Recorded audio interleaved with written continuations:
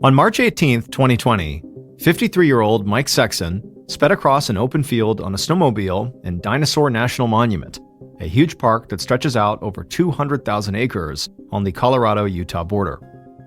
Mike glanced over and saw his good friend and poker buddy, Stephen Inlow, on a snowmobile of his own. And Mike could see Stephen had a big smile on his face.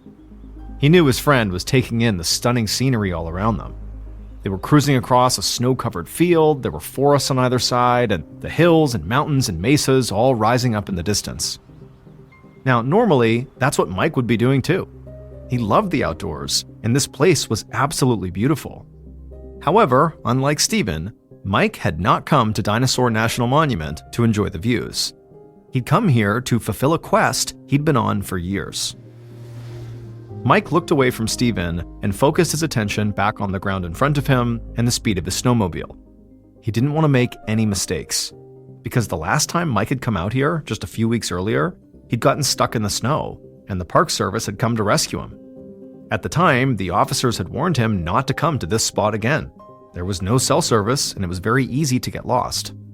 However, Mike clearly had no intention of heeding that warning. After all, he knew something that the Park Service did not. He knew that hidden in the wilds of Dinosaur National Monument, there was a treasure that would change his life, and more importantly, the life of the woman he loved, forever. That woman was his longtime girlfriend, Beth Van Oss. And for several years, in addition to being her romantic partner, Mike had also been Beth's caregiver, because she had suffered a brain injury. Mike cooked all her meals, he took her to the doctor, and did basically whatever she needed. But at the same time, he had always felt tortured by the fact that he couldn't just take away her suffering altogether. Now, over time, Beth had begun to feel better, but both of them were still trying to recover from the whole ordeal. And the treasure that Mike was searching for was like the final step in their recovery. It would guarantee that both Mike and Beth would have happy, comfortable lives from here on out. However, only Mike believed this treasure existed. Beth didn't. Instead, Beth really was just concerned about Mike's safety while he was out pursuing this quest.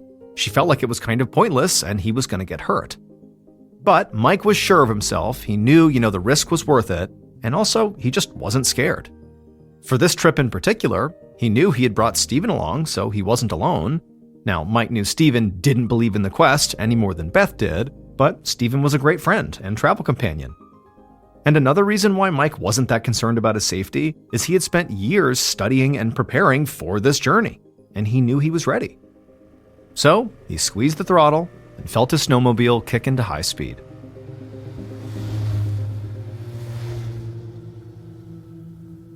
About 20 minutes later, Mike and Stephen steered their snowmobiles around a curve, and up ahead, Mike saw some of the geographical landmarks he'd been waiting for: a snowy field, a dry rocky path, and a hill rising up against the sky. So he slowed his snowmobile down and brought it to a stop, and Stephen did the same thing. Then Mike took his backpack off, opened it up, and took out a book. This book, in Mike's mind, was the key to the success of his quest. But Mike knew, not everyone close to him felt the same way about this book, or about Mike's obsession with this book. Beth and others worried that this book could actually lead Mike and whoever he brought with him into danger. But Mike had no intention of giving up when he was this close. So Mike opened up the book, and like he had so many times before, he read a few lines from the front. They went like this: "Begin it where warm waters halt, and take it in the canyon down. Not far, but too far to walk. Put in below the home of Brown." Beth would always say it sounded like this stuff was written by a madman.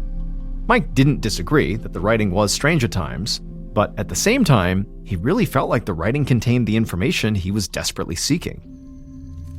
While keeping the book open, Mike also pulled out a map he'd brought, and he began to look from the map to the hill out in front of him, and then back to this poem in the book. And as he did this a few times, he felt this rush of happiness, because he was sure that everything he'd been working towards was about to come to fruition. He looked over and told Stephen they were definitely on the right path. But since the snow-covered field they'd ridden across gave way to a dry rocky trail ahead, they would have to walk the rest of the way. Stephen nodded agreeably, and then both men climbed off their snowmobiles. Mike took out a couple of candy bars and a jug of water from his backpack, and he tossed one of the bars to Stephen, and the two friends just stood there and ate and passed the jug of water back and forth. When they were done, Mike put the jug, the map, and his book back in his backpack. Then he and Stephen left their snowmobiles parked where they were and headed on foot down the rocky path.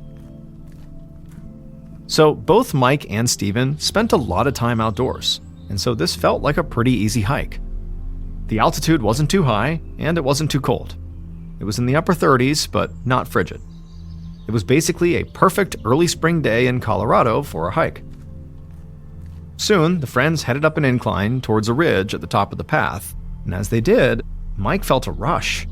The ridge had a spectacular view, and he knew that from the top of it, he should be able to finally see their destination. And so he told Stephen to hold on a second, and then he pulled off his backpack and pulled out his book again and flipped it open.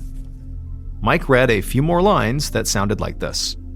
"If you've been wise and found the blaze, look quickly down, your quest to cease." Mike picked up his pace, eager to look down. However, when he got to the top of the ridge, the rush he'd been feeling disappeared. So he fumbled for his map and opened it up, and as he stared at it, he began to frown. Stephen asked him if everything was okay, and Mike tried to figure out how to answer. According to the route they were on, which Mike had planned using the book, there was a specific hill that was supposed to be much closer at this point in the hike. But now, standing on the top of this ridge and looking out, the spot they were headed to looked like it was miles away. But Mike took a steadying breath, calmed himself down, and told Stephen that everything was fine. Then he put the map away and continued to survey the land out in front of them. From the ridge, their path dipped down and then slowly climbed back up to a higher elevation until it reached another ridge. And so Mike told Stephen that once they got through this next part of the hike and got to that other ridge, then they would be within striking distance of that hill. Mike could see that Stephen didn't look too worried. So Mike just handed him another candy bar, took a swig from the water bottle, and then led the way down this new part of the path. And within a few minutes, Mike started feeling excited again. He'd come this far. All he had to do now was just be patient a little while longer.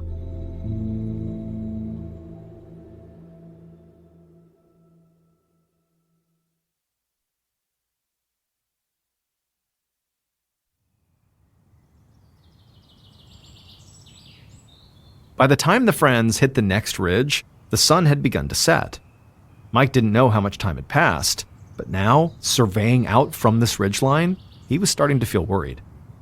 Because this hill they were heading towards still did not look any closer. He could feel his legs starting to ache, and he was getting tired. He looked over at Stephen, and even though Stephen didn't say anything, Mike could tell he was getting pretty worn down too. Mike pulled the map out of his backpack again, but it felt futile. He had thought he knew exactly what he was doing, but clearly this was a much further journey than he'd realized. And when Mike put the map in his backpack and looked inside of it, he suddenly felt this pit in his stomach. When they'd left on their snowmobiles earlier that day, Mike had thought this trip would only take a few hours.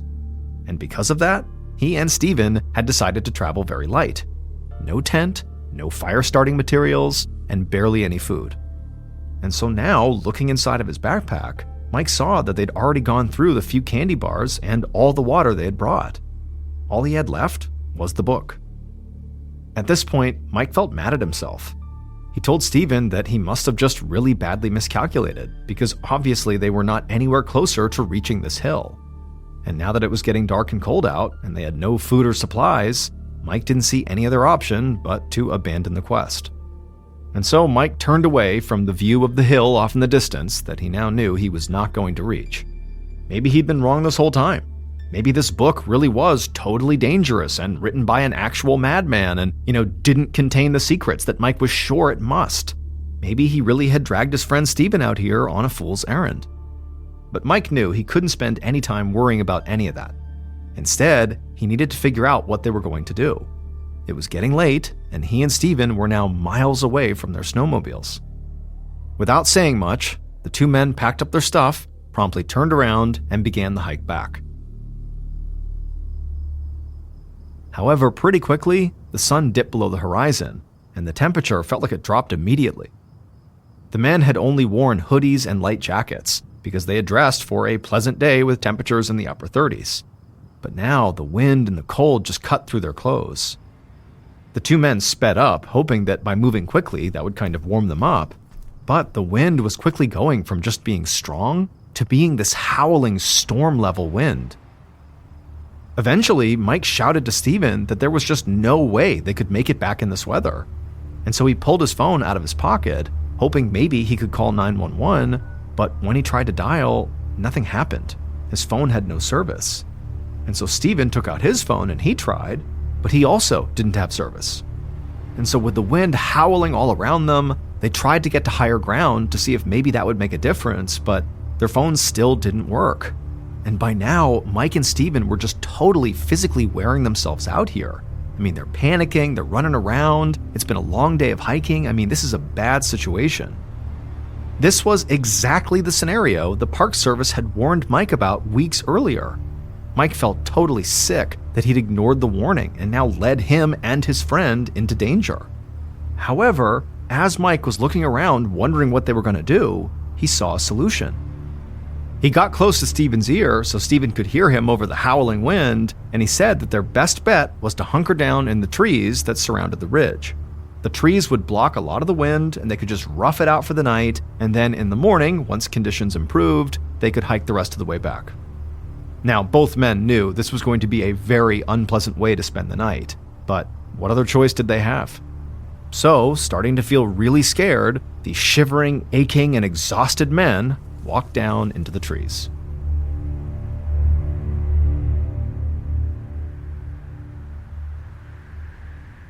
The following morning, March 19th, 2020, Mike woke up feeling very delirious, and immediately he felt ice and snow pelting his face.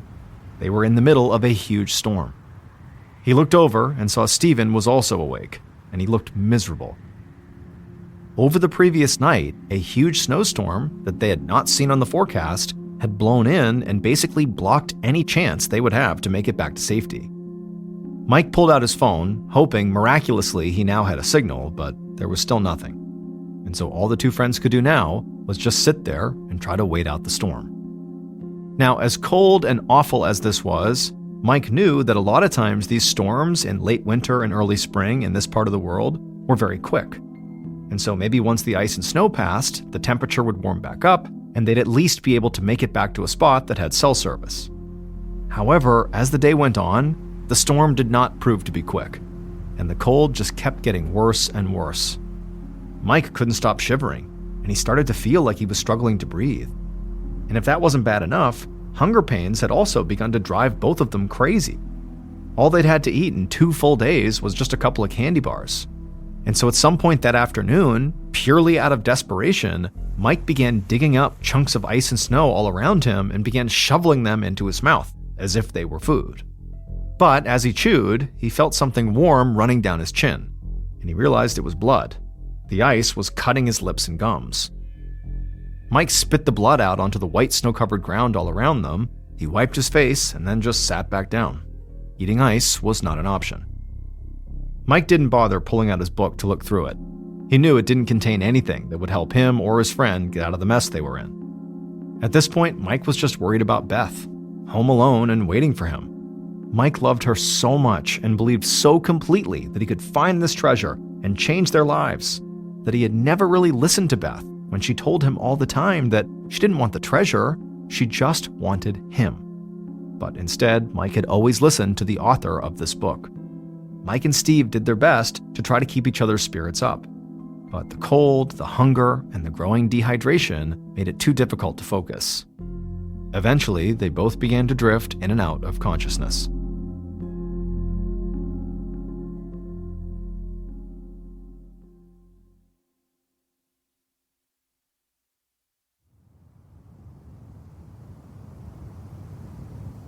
Two days after heading out on their snowmobiles, so on March 20th, Mike and Steven were still hunkered down by the trees, trying to shield themselves from the elements. By this point, they'd lost all sense of time, and they both were delirious. However, all of a sudden on this day, they heard something that gave them hope for the first time since the storm had started. It was the sound of a helicopter.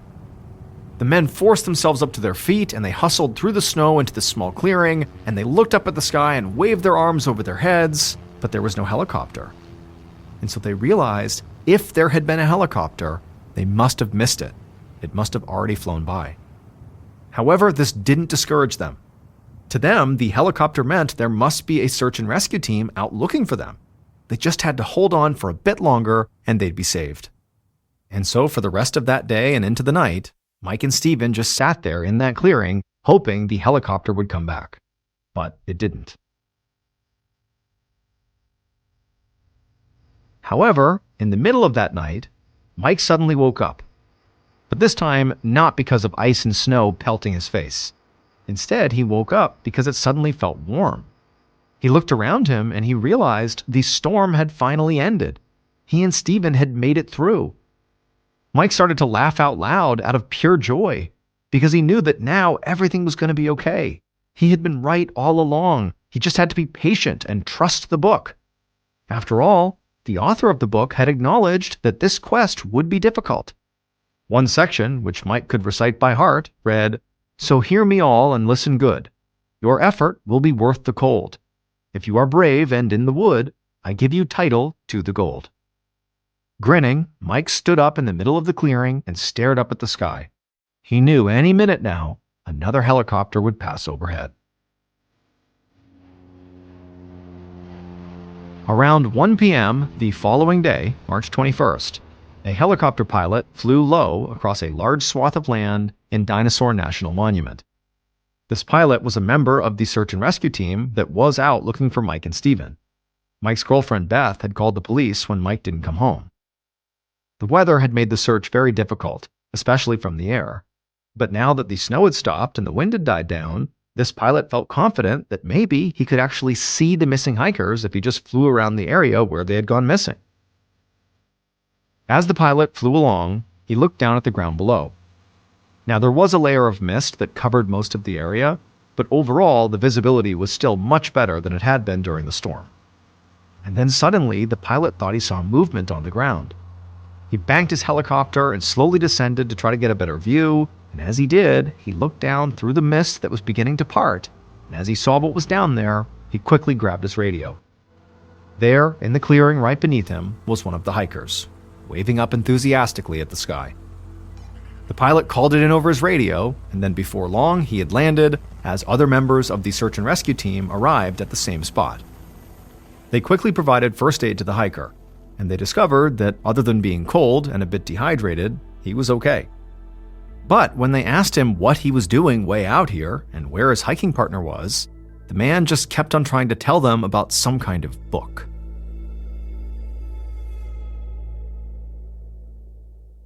This book, the book Mike was carrying with him, was called The Thrill of the Chase, and the author was a man named Forrest Fenn. So for most of his life, Forrest Fenn was known as a famous art dealer. He owned a gallery 500 miles south of Dinosaur National Monument in New Mexico, and he had a reputation for being able to track down rare pieces of art that nobody else could find. And so because of this, people called him a real-life Indiana Jones. However, late in Forrest's life, he started to get weird. He stopped spending as much time at his art gallery and began spending a lot of time in the woods. He became increasingly obsessed with his legacy and with the stories in the adventure books that he'd read when he was young, like Treasure Island, Robin Hood, and The Legend of King Arthur. And also, he started writing. And what he wrote was his book, The Thrill of the Chase, which was kind of a memoir, except that it was totally insane. Because in it, Forrest Fenn said he'd filled a literal treasure chest with $1.5 million worth of gold and jewels and hidden it somewhere in the Rocky Mountains. And in this book, he wrote a cryptic poem that was supposed to contain 9 clues that would lead the reader to the gold. When the book was published in 2010, it created what may have been the biggest treasure hunt in American history. But this treasure hunt did not result in anyone getting rich. Instead, over the course of a decade, hundreds of people searched the Rocky Mountains looking for the gold, but nobody could find it. And also, 4 people who went out searching for it died. And so as a result of that, officials began begging Forrest Fenn to call off his treasure hunt before more people died. But Forrest refused. Both Beth and Stephen didn't believe in the treasure. They thought this whole thing was a hoax. However, they knew Mike absolutely believed this treasure was real. And by following this book into the wilderness looking for the treasure, Mike was actually just putting himself in potentially mortal danger. And so really the only reason Stephen agreed to go with Mike on this quest was not to go find treasure, but, to support his friend and also try to keep Mike safe. However, it would turn out this quest was going to be far more hazardous than either men could have anticipated.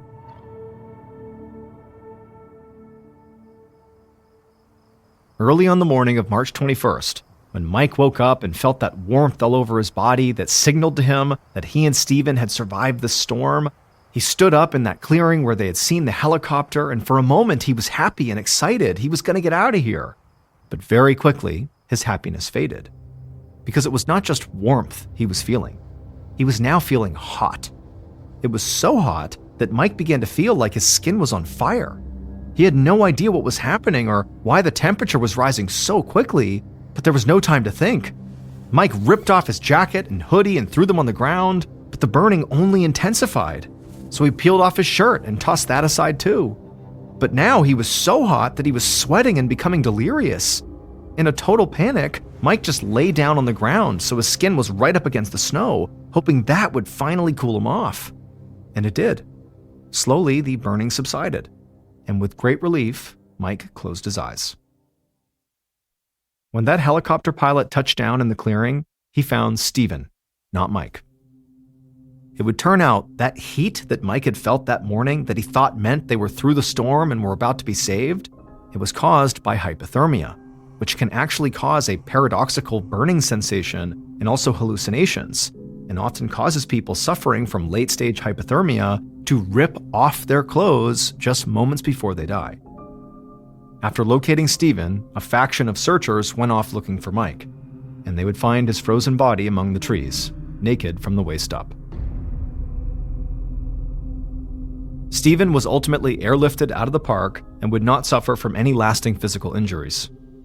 Mike would become the fifth and final victim of Forrest Fenn's book, because 3 months after Mike's death in June of 2020, a man named Jack Stoof actually found Forrest Fenn's treasure. It was hidden in the mountains of Wyoming, over 350 miles from where Mike had been searching. And it was literally gold worth $1.3 million. And so Mike had been right. The treasure was real. He just hadn't been looking in the right place.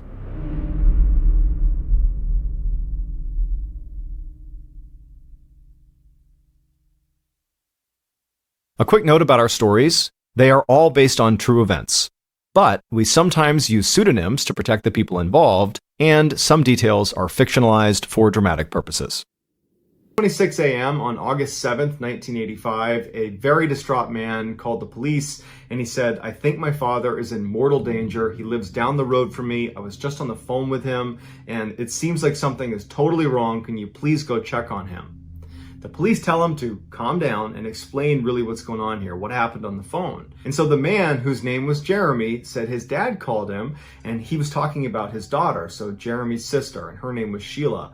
And he's like, "Sheila's gone crazy. She's gone berserk, and I think she has a gun." And Jeremy's telling police that he didn't know what his dad was talking about, and he's trying to get more information from his dad. He's like, "What do you mean she's got a gun? What's going on over there?" But at some point in this phone call with his father, the phone line just cuts out.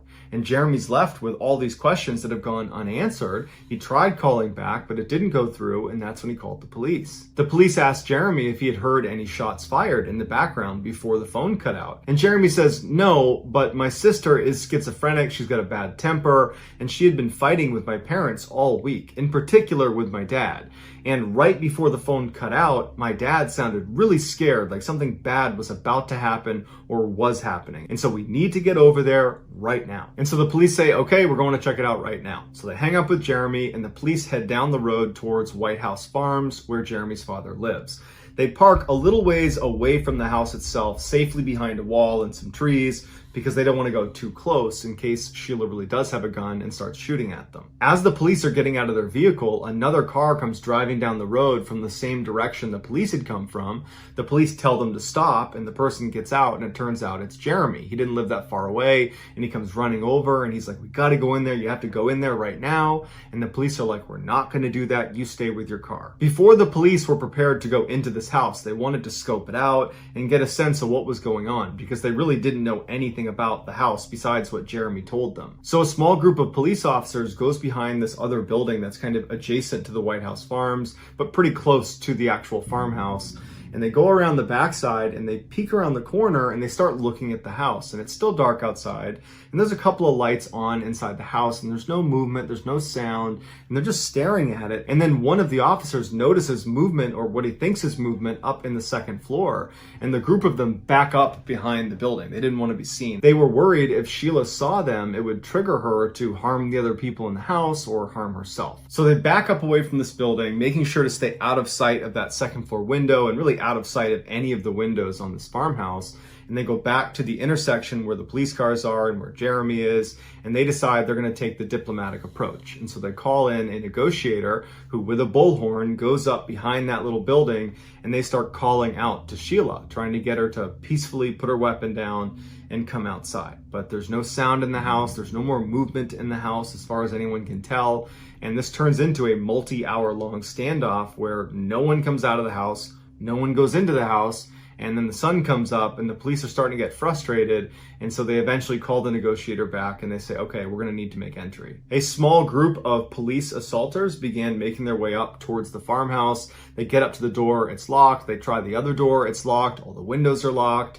And so they bring up a sledgehammer, smash on the front door, and they make entry into this hallway. They immediately make a right, and they're getting ready to confront Sheila wherever she is, but they don't see her. They go all the way down this hallway, and it opens up into the kitchen. And hunched over the stove is a man who's clearly deceased, who winds up being Jeremy's father. He had been shot to death, and he's laying in the kitchen. So they find him. They scan the rest of the kitchen, and they look all around the first floor, and there's no one else down there. And this whole time, they're not hearing any other noises in the house. It's totally silent. They make their way upstairs, and as soon as they get to the top of the stairs, they go right into the first room on the right, and laying on the bed is a deceased older woman who's also been shot to death, and that would wind up being Jeremy's mother. Laying on the ground next to the bed was a woman who appeared to be in her late 20s, who would wind up being Jeremy's sister, so Sheila, the one who had gone berserk apparently according to the father. She's laying on the ground, and she has a rifle that's over her chest, and the barrel is pointed up towards her head, and she has a gunshot wound that's going in underneath her chin, and so she's deceased as well. The police leave that room, they go across the hall into another bedroom, and when they go inside, they find two more bodies that are both laying in their beds. They were 6-year-old twins. They were Sheila's sons. They had both been shot to death as well. After that, there was nobody else in the house, so all of the family has been wiped out. Very quickly, this case was labeled a clear-cut murder-suicide perpetrated by Sheila. She had a history of mental illness, she had apparently gone berserk that night, and she had a gun. Everything fit. And so the police were ready to just write this off as a murder-suicide, especially with the amount of media attention this case got. There was a lot of pressure to just solve this case and move on.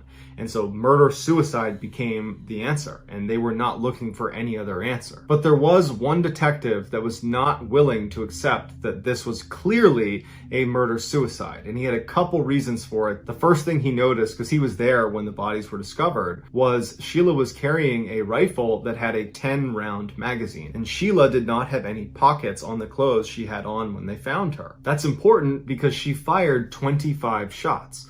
So that required 2 reloads, except the ammunition to this gun was downstairs, and a lot of the shooting happened upstairs. So after her first volley of fire on the second floor, where presumably you have at least a couple people that are still totally alive, she had to walk downstairs, reload the gun, come back upstairs, do her second volley of fire, go back downstairs, reload that second time, and then she finishes her course of fire. And it made him wonder, why didn't anybody try to stop her while she was doing the reload? Because it required going all the way down, getting the rounds, jamming them into the magazine, putting it into the gun, and then going back upstairs. That's a lot of time that other people could have potentially tried to stop her, or at a minimum, just tried to escape.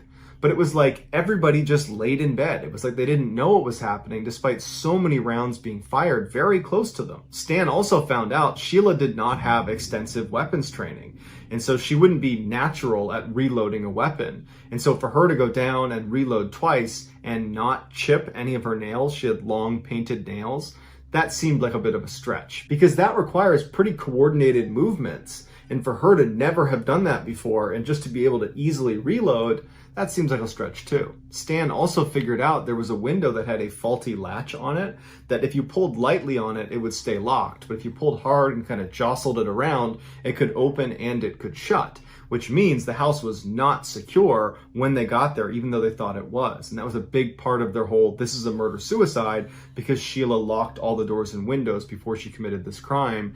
But if any of those doors or windows were open, it kind of leaves open the opportunity for someone else to have gotten in there and gotten out before the police. But the biggest discovery by far that puts all the others to shame is something Stan found under the stairs inside the house. And everything before that, all the evidence that Stan was presenting to the other officers saying, hey, we should take a look at this. I don't know if this is a murder-suicide. I think there might be potential for somebody else to be responsible. Well, no one was taking him seriously until he came to the table with what he found underneath the stairs. Everybody had to stop what they were doing and say, okay, yeah, we need to look closer at this. And so if you want to learn more about that, go ahead and click on the link inside of the description. It will bring you to the landing page where you can watch this series that I've been raving about. It's on HBO Max and it's called The Murders at the White House Farm. And it does a great job of showcasing this huge find and then the follow-on plot twist. On the morning of November 13th, 1974, 6 members of the DeFeo family were asleep in their home in Amityville, New York. The 7th member of the family, Ron, was sitting on his bed in the basement. At around 1 a.m., he gets up off his bed, he grabs a rifle, and he starts walking up the stairs. He goes across the first floor, goes up the second floor stairs, and he gets to the second floor landing, and he walks right into his parents' bedroom, which was totally dark besides this little candle that had been lit next to his father's bedside. And he raises his rifle and he puts 2 rounds into his father's back. And then as soon as his father is still, he aims at his mother and he shoots her 2 times. And then he puts the gun down and he walks out and he goes across the hall into his brother's room. He raises his rifle and he fires 1 shot into his 12-year-old brother, Mark. And then he aims at his 9-year-old brother, John, and he fires 1 shot into him as well. Then he leaves their bedroom and he walks down the hall to another bedroom where he finds his 13-year-old sister, Allison. He raises his rifle and he fires 1 shot. He leaves her room, he goes up the 3rd set of stairs up onto the 3rd floor. He finds his 18-year-old sister Dawn and he fires 1 shot into her, and then he was done. Altogether, it took Ron about 15 minutes to massacre his family. At no point was he panicked or running around or acting crazy. He was just walking calmly room to room, taking very well-aimed shots to ensure they didn't get up again. He put the rifle down and he went outside and he jogged to a bar where he went inside and he put on this big facade that he had just found his family and they were hurt and could you come help him? And when they got to the house, he refused to go inside, but the people from the bar went inside and they discovered this horrible scene. And when the police show up, Ron goes over to them and he actually confesses and says, I killed my family. Even though the DeFeo family had a reputation for being very dysfunctional, it was Ron who had the worst reputation. He was known around Amityville for heavy drug use, for being a total alcoholic, and for getting really aggressive and confrontational with people. He was just a guy no one wanted to be around.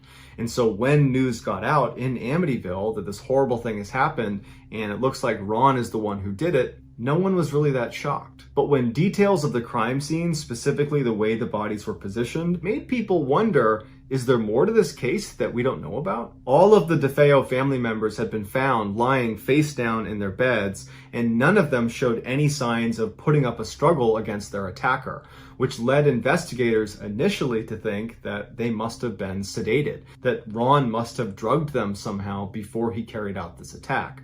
But when the toxicology reports came back, no one in the family had any substance in their system. At first, the police did not think that was a very big deal. They figured, you know what? The family just must not have heard the different gunshots. He wasn't shooting lots of rounds. It was, 1 single round here, 1 single round here, that perhaps they just didn't hear it, and that's why no one tried to escape. But it turns out the rifle Ron was using, the .35 caliber Marlin, is one of the loudest rifles you can own. And in fact, investigators went out and did a test with it, and they fired it indoors, and you could easily hear it a mile away. And so investigators said, well, then it looks like they must have heard these gunshots, but for some reason didn't get out of their beds. They didn't try to fight back in any way. They just kind of took it. And then you have the weirdness of Ron's confession. On the night of the attack, when Ron is sitting on his bed and he can't sleep and everybody else is asleep upstairs, he starts hearing a voice in his head that's saying, "Catch them, kill them." And he thinks he's just losing his mind.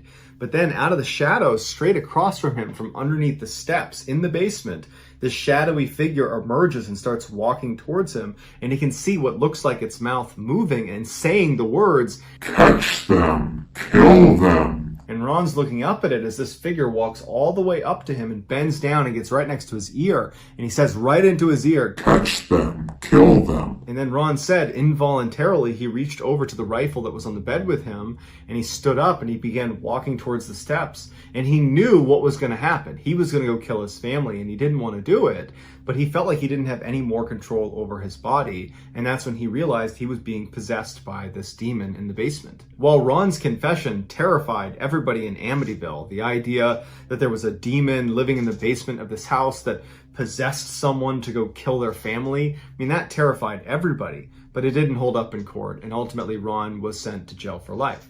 1 year after the attacks, another family, the Lutz family, moved into the house in Amityville. But they left 28 days later because they were hearing voices coming from the basement. After hearing about the mass murder that occurred in the house, and now the Lutz family saying that there's something in the basement, world-renowned demonologists Ed and Lorraine Warren, they descend on the property, and very quickly Ed and Lorraine say, yes, this house is definitely haunted.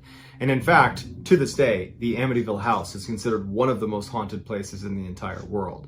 But while Ed and Lorraine were there, they took a very famous picture. Lorraine was walking around the second floor near where the brothers' room was, and she was snapping pictures. And the only people in the house at the time these pictures were being taken were her and her husband, Ed. And here is the picture that she took on the second floor. She claims this boy standing on the left side of the picture is the ghost of John DeFeo. Today, the house still stands, and it's been bought and sold a number of times over the years because apparently no one likes to live in this house for a very long time. On June 10th, 1912, the Moore family was sleeping peacefully in their beds on their quiet street in Villisca, Iowa. Joe and Sarah Moore, the mother and the father, were asleep upstairs in their room, and their 4 children were down the hall in another room. In addition to the Moore family sleeping upstairs, there was also 2 more children sleeping on the first floor in the guest room. It was the Stillinger sisters, and they were over for a sleepover. And unbeknownst to all the sleeping people in the house, there was a strange man who had broken into the house while they were at church, gone into the attic, and was hiding in there, smoking cigarettes and carrying an axe. Shortly after midnight, this stranger believed the coast was clear, and they silently opened up the small door, and they crouched down and walked out of the attic into the second floor hallway, wielding this axe in their left hand. They began walking down the hallway. They passed the children's room on their right, and they made their way down to the end of the hall where the master bedroom was. They walked inside the room and stood right next to Joe, and then violently raised the axe over their head so quickly and so high that it actually struck the ceiling, and then brought it down blade first directly onto Joe's face, over and over and over again until Joe did not resemble a human being. While this was happening right next to her, Sarah's beginning to stir and look around what's going on. Meanwhile, the killer has now moved to the other side of the bed and is standing over Sarah and using the backside of the axe. So not the blade part, but the backside of the axe head. He raises it up and then brings it down on her head and repeatedly hits her over and over and over again until she too is indistinguishable and does not look like herself or even human. The killer is very calm. He takes the sheets and pulls them up over the faces of both of the people he just killed, and then he goes back out into the hall and he walks down and he goes into the children's room. One by one, he raises the axe and drops the axe on each of the children's heads, and then after they are deceased, he pulls the sheets up over their head. The killer leaves the room and goes downstairs to where the Stillinger sisters are, and then just like everybody else in the house, he raises the axe and drops it over and over and over again on the heads of each of these girls until they're no longer living as well. Afterwards, he raises the sheets over their faces, and now everyone in the house is deceased and has their face covered. At this point, the killer goes back upstairs and goes back into the master bedroom, and he stands in front of Joe and Sarah's bed, and after a little while, he begins striking them dozens more times, even though both of them were clearly deceased at this point. At this point, the killer shifted gears and began focusing on covering his tracks, cleaning up. And he began taking clothes out of closets and pulling whatever sheets he hadn't used. He began tacking these things up onto all of the windows and any spaces on the doors so that nobody could see in. He also began covering up the mirrors, which no one understood why he did that. After the house is totally covered up, the killer goes into the kitchen and he cooks himself a meal, but he doesn't eat the food. He cleaned off the axe and placed it up against the wall on the first floor. He then took a huge bowl, filled it up with water, and then washed his bloody hands and began to clean himself a little bit, and then he left the bloody water just sitting on the counter. And then, strangely, he took a huge slab of bacon from in the kitchen and he put it in the middle of the floor, and then next to it was a keychain. And some people think this might have to do with some ritual he was performing, but to this day, no one really knows why he did that. And then he took some keys from inside the house, walked out the door, turned around, locked it behind him, and disappeared. The Moore household normally was a very rambunctious place with all these kids running around, and the neighbors were very close. And so the next morning, when the neighbors did not see the Moore family coming outside to do their chores around 7 a.m., they were concerned, and they went over and they knocked on the door. There was no answer. They noticed everything had sheets over it, so they couldn't see inside. And so Joe's brother was hailed to the house, and he brought along a key, and he opened up the door and he walked inside, and he immediately saw the Stillinger sisters and what had been done to them. And he got incredibly sick, and he ran outside, and they called police. Police come down, and they find this horrible scene. Even though they have the murder weapon, they have the victims, their bodies are right here, there's blood, there's all sorts of stuff and things that the killer must have manipulated, and you would think there's enough here that you'd be able to refine your search to a couple different suspects and eventually figure out who did this, but they weren't able to. And to this day, we have no idea who did this. The house itself where the attack happened has not been updated since the attack. Somebody bought the property and then maintained it so it could be a tourist attraction.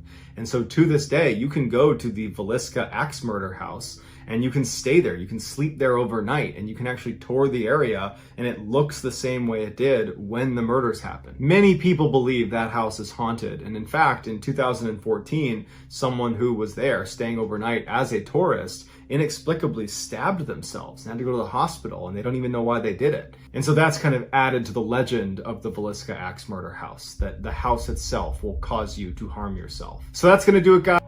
Lawrence Daquan Davis, who just went by Day, graduated from a military-style high school in 2009. Following his graduation, he enrolled in Job Corps, which offers young people from a low-income background free career education and vocational training. During his time in the Job Corps program, he trained as a medical assistant, and then after successful completion of Job Corps, he applied for numerous jobs all over the place, but no medical facility was ready to hire him. For a couple of years, Day consistently tried to apply to medical facility after medical facility, but after everybody kept denying him, mostly because he lacked experience or he lacked the credentials they were looking for, he eventually realized that, it's probably not going to happen, that he should look into some other career field. And so he decided he would join the military. But when he took the military entrance exam, he failed the math portion, and so was told he can't join the military. And so Day decided he would study and retake the exam, but he knew in the meantime he needed to make money right now. He was the oldest of 4 siblings, and his mother, who had had him when she was only 14 years old, was out of work, and Day's father was not in the picture. And so Day felt like it was his responsibility to step up and help support his family. And so he did what many other people in Jacksonville, Florida did when they were struggling to find work. He went to a temp agency.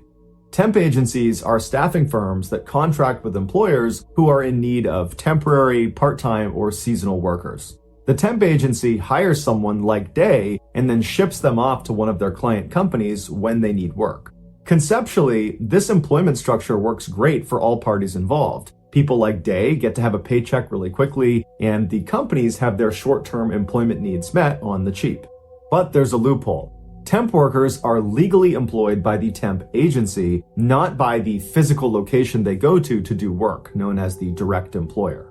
This is a very important distinction because it means the temp agency is the one that has to pay for insurance for the temp worker, not the direct employer. Therefore, if a temp worker gets hurt on a temporary job, the direct employer's insurance costs will not spike. Instead, the temp agency's insurance costs will spike, meaning the direct employer knows they can be kind of reckless with their temporary workers because there's not a big penalty if they get hurt on the job. This loophole doesn't mean much if the temporary worker is being asked to be a receptionist where it's totally safe. But this loophole matters a lot when the temp worker is asked to do something dangerous, like work with industrial machinery inside of a factory. On August 16, 2012, Day received a call back from the temp agency he went to, telling him that they had a job for him. It was at the Bacardi Bottling Corporation in Jacksonville, Florida. They told him he needed to be at the warehouse that day at 2:45 p.m. for training, and then at 3 p.m., 15 minutes later, he would start his first shift. After Day agreed to do this job and hung up with the temp agency, he excitedly called his mother to tell her that he had finally landed a real job. In fact, this would be the first job he had ever had, and so he was just very proud of himself. And his mother was very proud of him too. And so Day asked her, would you give me a ride to Walmart so I can pick up some things I need for work? I need a white shirt, I need khaki pants, I need these special industrial boots. And so his mom said, absolutely. She swung home, she picked him up. The pair went to Walmart, they picked out his whole outfit. And then from Walmart, his mother just drove him directly over to the Bacardi factory to begin his first day. Day went inside, and just a couple of minutes later at 2:45 p.m., he was shown a very short safety video. That would be all the training he received. Day was brought into Bacardi to be a warehouse clerk, which basically meant he would do odd jobs around the factory that didn't require a lot of skill. And so after he watched this training video, he was told to head down to the bottling line to watch all of the bottles as they went by to make sure the labels were put on properly. Before he headed down to the floor, Day stopped in the bathroom and took a very proud selfie of himself to commemorate the start of his first shift at his first job ever. He sent the picture to his fiancée, put the phone in his pocket, and then headed out the door down to his first workstation. There was a section of the factory that initially Day was not working in, where there were these huge machines called palletizers that took the finished bottles of rum and stacked them into what are called pallets so they could be shipped off to stores. These palletizers are 2-story pieces of heavy machinery where the top story is just catwalks where the palletizer operator can manipulate the machines, and then the first floor is where the rum actually comes into the machine and is moved around and stacked on these big metal platforms. Sometimes as the rum comes in on the conveyor belt, they will fall off and smash on the ground. This started to happen about 90 minutes after Day took that selfie in the bathroom. The palletizer operator, after seeing the broken glass, called out over the radio that he needed a temp worker to come into that section of the factory and help him. Day's supervisor at the bottling line told Day to stop what he was doing and go over and help pick up the glass. There is a security camera video of Day running into the section of the factory where all the palletizers are, making himself obviously available to help pick up this glass. And the operator sees him and immediately turns, he's up on the catwalk, and he points down towards the first floor, clearly telling Day, you need to get down there, that's where the glass is, go sweep it up. Day immediately walks around and goes down to the first floor of this machine and begins working. A couple of minutes later, Day comes back up to the catwalk and he looks visibly confused. He's scratching his head and just everything about his body language says something is wrong. Now, we don't know for sure what Day says next because there's no audio in this video, but he's clearly asking a question to the operator and also to a supervisor who's now in frame. And it looks very much like he's asking clarifying questions, like he's confirming, you want me to go down there, right into that space down there and clean the glass up? That's what you want me to do? And clearly the operator and the supervisor have no time for questions from Day. They just want him to get this done. And so there's kind of a tense interaction between the two parties before Day ultimately just decides, okay, I'll just go down and do what they asked me to do. And so Day again goes back around and you see him go down into the first floor to continue cleaning this glass. And after a few moments, the supervisor and the operator, who don't realize Day is still down there, they turn the machine back on. And after a couple of seconds, they hear a scream coming from the first floor. They look over the railing down there and they see Day. The broken glass that needed to be cleaned up was located directly underneath this metal platform that lowered the built pallets that weighed 2,000 pounds all the way down to the floor before they were shipped off and out the door. In order for Day to actually get down in there and clean this glass up, he needed to crouch way down and practically crawl on his stomach to get into this tight space. While he was in there, the machine turned back on again, and he wasn't able to crawl out fast enough before this platform and 2,000 pounds of rum pressed him into the ground. It would be the equivalent of crawling on your stomach into the bottom of an elevator shaft and then having the elevator car come down and mechanically be lowered flush to the bottom with you in there. The palletizer operator and the other supervisor immediately spring into action and try to reverse this platform up off of Day, but they can't do it, and so they grabbed a metal pry bar and they tried to pry the platform off of him, but that didn't work either. And so finally, when emergency crews did show up and were able to get this platform up off of Day, it was too late. He was already dead. In any factory where a worker needs to go inside of a machine that could maim or kill them if it turned on, they go through what's called a lockout or tagout procedure before stepping foot inside. All it is they completely incapacitate that machine. Day had no idea about lockout tagout procedures because the only training he got was a 15-minute video that didn't touch on them. And so although Day definitely had reservations about going down underneath this machine, he wanted to make a good first impression on his first day of work at his first job ever. And so he pushed his reservations aside and went down below, believing the supervisor and the operator were looking out for him. When in reality, they, like all of the other managers and supervisors inside of this warehouse, had been trained to prioritize productivity over safety. And so while they definitely knew the lockout tagout procedures, they chose not to do them because that slowed down productivity.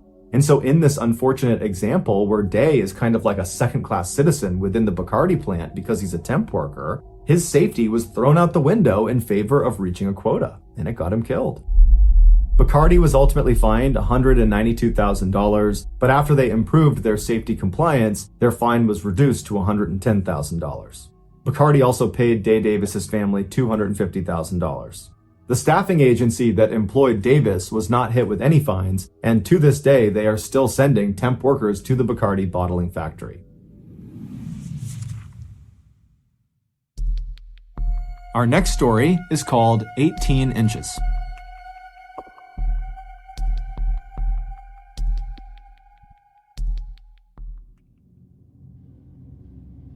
On August 15, 2003, 41-year-old veteran construction worker Ron Hunt was part of a crew that was building a house in Reno, Nevada.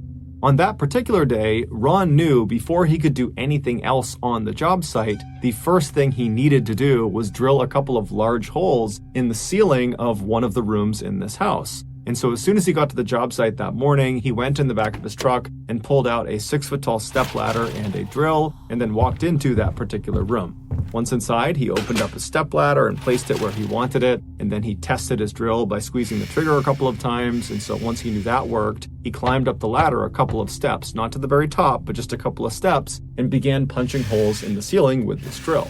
Now, at first, these holes were very easy to punch through. But when he got down and moved the ladder to another section of this room where he also needed holes in the ceiling, when he got up there, he could not get the drill to go through the ceiling. And he didn't really get it because he knew there was nothing behind the ceiling that would stop the drill from going through. And it was just wood, so it really should be going through. And so he decided he just needed a little bit of extra leverage. He needed to really press on the back of this drill while he's pulling the trigger. And so instead of standing on the second or third rung of the 6-foot-tall stepladder, he walked to the very top of the ladder, the kind of dangerous section you're not supposed to stand on any ladder. And from there, he was in a better position to really push this drill into the ceiling. And so he gets in position and kind of feels like the ladder's fairly stable. And then he lines up this drill where he wants it. He begins squeezing the trigger. And at the same time, he really pushes with all that extra leverage into the ceiling. And as he does that, he feels the drill starting to go into the wood. But at the same time, he's pushing so hard that he's not realizing he's pushing down with his feet at a bit of an angle. And at some point, he pushes too hard and he causes the ladder to spill out from underneath him. Ron instinctively tried to throw the drill away from him, which is a common practice amongst construction workers. You don't want to land on your gear, it could hurt you. But he wasn't able to throw the drill far enough away from him, and even worse, the drill, when it hit the ground, basically right underneath him, it landed on its back with the drill bit pointing straight up into the air. And so when he fell down face first, his right eye socket landed directly on the drill. And so this 18-inch long, 1.5 inch in diameter drill bit impales his head, goes right through his eyeball, goes through his skull, and punctures out the back of his head. And so Ron, he hits the ground, but he's conscious. And so without even rolling over, he just reaches up with his hands and he feels the base of this drill. And then he traces to the drill bit and he feels it going into his eye. And then he feels around the back of his head and he feels the rest of the drill coming out of his skull. And at that point, he just starts screaming. The only other worker on the job site at the time was this man named Forrest, and Forrest, who was in a separate part of the job site, he hears Ron screaming, and so he runs over, he goes in the room, and he sees Ron, who's now standing up, cradling the drill base. The bit, the 18-inch bit, is still poking through his head, and so Ron is looking at Forrest and then turns to the side to show him that he's been fully impaled by this thing. And Forrest is totally horrified at what he's seeing. He can't believe Ron is even alive, but then Forrest jumps into action. He rips his shirt off, runs over to Ron, and kind of wraps it around his head to try to control the bleeding a little bit. And then he tells Ron to stay where he is, and then Forrest ran out of the job site, ran about 1,000 feet away to the nearest house, and he was able to use their phone to call paramedics. The paramedics arrive in an ambulance a few minutes later, and they find Ron sitting next to Forrest, just with this drill still in his face. Ron is very obviously in shock because he's not making any sound. He's totally conscious, but he's just kind of staring blankly, holding on to this thing. And so the paramedics, they go over and they detach the drill base from the drill bit. So all that's left is the actual 18-inch rod that's been pushed through his head. And then they take Ron via ambulance to a local hospital. And from there, they actually fly him in a helicopter to a bigger hospital that can handle this kind of injury. And so when he arrives at this larger hospital, they rush him immediately to the operating room. And at first, the surgeons attempted to cut off either end of this bit, the part that's sticking out the front of his eye and the part that's sticking out the back of his head. But they realized once they did that, there would still be this huge piece of bit that was stuck in his skull. And that would obviously be a huge problem. And so after thinking about it, they decided their best bet was just to unscrew the bit from his head. And so they gave him some morphine, and then over the next couple of hours, the doctors slowly twisted this piece of metal until it finally unwound itself out of his skull. And apparently, as they were doing that, Ron, who was so high on painkillers, was cracking jokes about how somebody needs to come in here and take a picture of me. I probably look so great. And so miraculously, Ron would survive, and he would not even be paralyzed. The worst thing that happened to him is he lost the sight in his right eye, but all things considered, Ron is okay with that. The surgeons would tell Ron that the only reason he didn't die or get paralyzed is because when that drill bit went into his skull, it kind of pressed his brain aside as it passed through. Had it punctured his brain when it went through, that almost certainly would have killed him. But by some unbelievably slim chance, it did not, and he survived.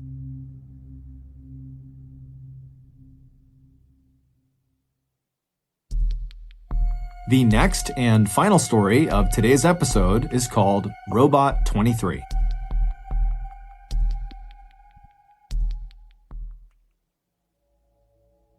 In 1993, after an exhaustive review of hundreds of sites around the United States, executives from the German car company Mercedes-Benz had finally come to their decision. Tuscaloosa, Alabama would become the site of the first ever passenger car assembly factory outside of Germany. This was a historic day, not just for Mercedes, but also for Alabama. At the time, the state had one of the highest unemployment rates in the nation, and so residents of Alabama were hopeful this factory would create hundreds of new jobs. But what actually happened shattered their expectations. Immediately following this announcement by Mercedes that they were going to set up shop in Tuscaloosa, 3 other major automotive giants, Toyota, Honda, and Hyundai, all announced that they too would be setting up shop in Alabama. And so these 4 major factories all came with jobs of their own, and each of these factories attracted dozens of other smaller factories that supplied the parts to put together these cars. And so all these smaller factories came with additional jobs. And so this one decision by Mercedes didn't just create hundreds of new jobs in Alabama. It created tens of thousands of new jobs all across the state. 2 years later, in 1995, a little girl named Regina Elsie was born just about an hour away from the Mercedes factory in Tuscaloosa. Growing up, the automotive manufacturing industry was a big part of her life. Her family worked in the factories, and as a kid, every day when she went outside, she would see dozens of these 18-wheelers come bombing down the road in front of her house, carrying car parts on their way to one of the many factories. Regina was a reserved and quiet kid. She loved to read, she was a good student, and she loved animals. She would take in stray animals. Any animal she could find, she would bring it back home to her house, but her favorite animal was her dog, who she named Cow. She dreamed of becoming a pediatrician, and so after high school, she enrolled in a local community college on a federal grant with plans to eventually transfer out to Auburn University, where she would finish her degree and then hopefully go on to medical school. But while she was at the community college, she fell in love with a local boy named Dan, who she had actually gone to kindergarten with. And before long, the two were engaged to be married. The young couple wanted to move in together, but they didn't have enough money. Regina was a full-time student, so she didn't have an income, and Dan barely made minimum wage working as a shelf stalker at Walmart. The only way they could get their own place would be if Regina dropped out of school and got a job too.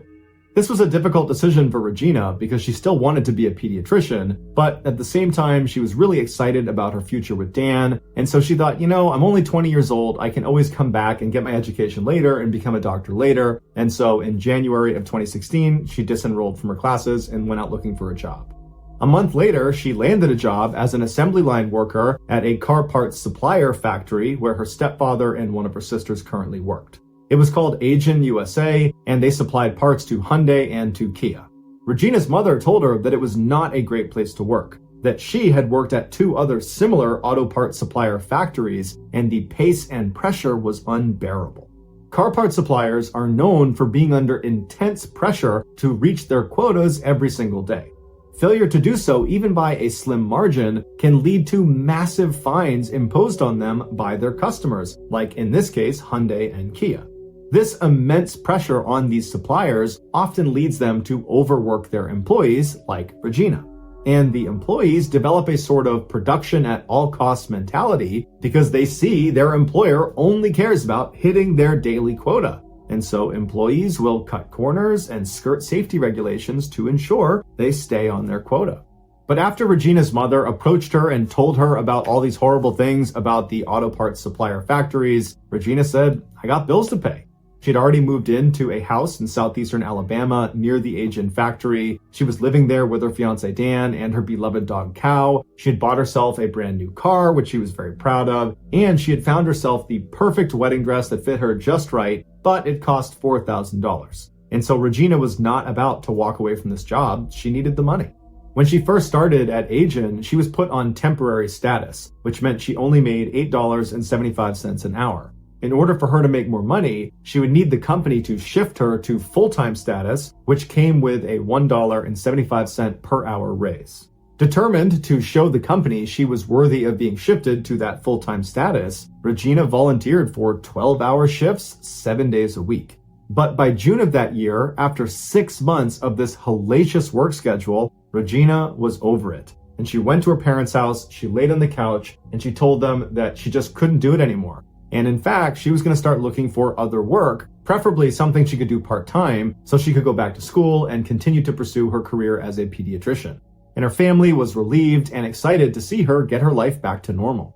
A few days later, on June 18th, Regina, who was still employed at Asian, was working the day shift at the factory. Her job that day was to oversee a robot that would weld on these metal pillars onto the front right and the front left of the car where these side view mirrors would attach to. This robot looked like a giant arm protruding from the ground, where at the end of the arm, where the hand would be, were 2 welding tips that stuck out about 4 inches each. The robot was surrounded by this huge chain-link fence that was there specifically to keep the employees from getting too close to it while it was in operation. Regina would oversee this robot via a computer screen outside of that cage. At some point in the afternoon, as Regina is monitoring her computer, it comes across the screen that there is a stud fault on Robot 23. Now, her robot was not Robot 23, it was the robot adjacent to her station, but the person in charge of overlooking Robot 23 was a part of her team, and her team had a daily quota to hit. And so having Robot 23 down directly impacted Regina. And so Gina stepped away from her computer, she walked over to the outside of Robot 23, she spoke to the team member, and they decided it was best to just call maintenance and have them come by and try to clear the fault. A security camera inside of the factory was aimed down at Regina and her coworkers as they stood outside of the metal cage around Robot 23 waiting for maintenance. But after quite a while, maintenance still hadn't shown up, and it was obvious the team was getting very anxious. They know every second that robot was not operational, they were hurting their chances of reaching their quota, which the company would be very upset about because they'd be hit with a big fine. And so at some point, Regina just kind of says, screw it, I'm going to fix the fault myself. And so she picks up a small tool that looks like a screwdriver, she opens up the cage to Robot 23, and she steps inside and walks right for the stem of the robot. When she gets over to it, she has her back to the robot's arm that's behind her, and she begins doing something with her tool to the stem of the robot. And whatever she does, it works because the robotic arm behind her springs into life and immediately goes back into the action it had been trying to perform before it failed. And that action involved swinging back in Regina's direction. And when it did, those two 4-inch welding tips at the end of the robotic arm were driven directly into Regina's back, impaling her. Her coworkers saw it happen and hit the emergency shutoff switch, but it didn't power down the robot until after it had thrust Regina across the cage and pinned her up against the wall. And so with this robot now powered down, the welding tips were now run all the way through her upper back and pressed up against the wall. She was literally pinned to the wall like tacking up a piece of paper with 2 tacks in a corkboard. She slouched over, but her eyes were wide open. She was conscious, but she didn't make a sound.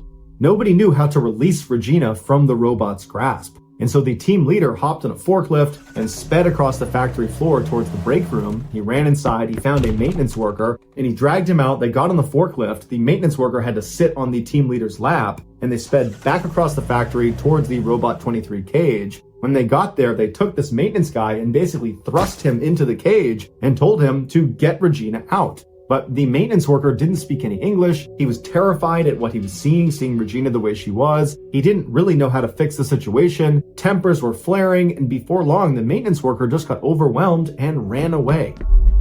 When emergency crews finally arrived several minutes later, Regina was still pinned by this robot. She was conscious, her eyes were wide open, and she was still totally silent. And they were able to get her off. They sent her to a hospital, and then she was transported to a trauma center, but it was too late.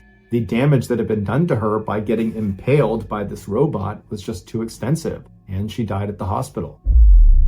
It would turn out Regina's company, Agent, had not properly trained her or any of her coworkers. Agent's policy was to hire people and as fast as possible, get them on the floor, helping them reach their quota. And so as a result, Regina and her team members had no idea about a so-called lockout procedure, where if you're going to go inside one of these robots' cages, you need to make sure the power switch has been locked out, meaning it will not turn back on if you fix the fault that has caused your robot to stop. All Regina and her coworkers knew is that the most important thing is hitting your quota at the end of the day. And so that was the reason Regina went inside of the cage, and that was the reason Regina was killed. Agent ultimately pleaded guilty to not having properly trained Regina, leading to her death, and they paid the family $1.5 million.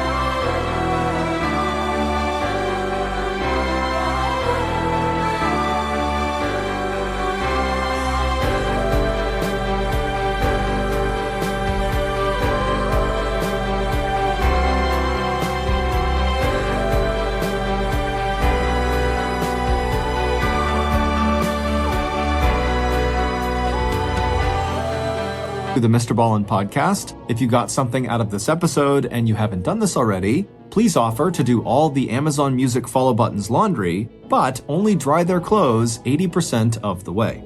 This podcast airs every Monday and Thursday morning, but in the meantime, you can always watch one of the hundreds of stories we have posted on our main YouTube channel, which is just called MrBallen's. We have a registered 501c3 charitable organization called the MrBallen's Foundation that honors and supports victims of violent crime as well as their families.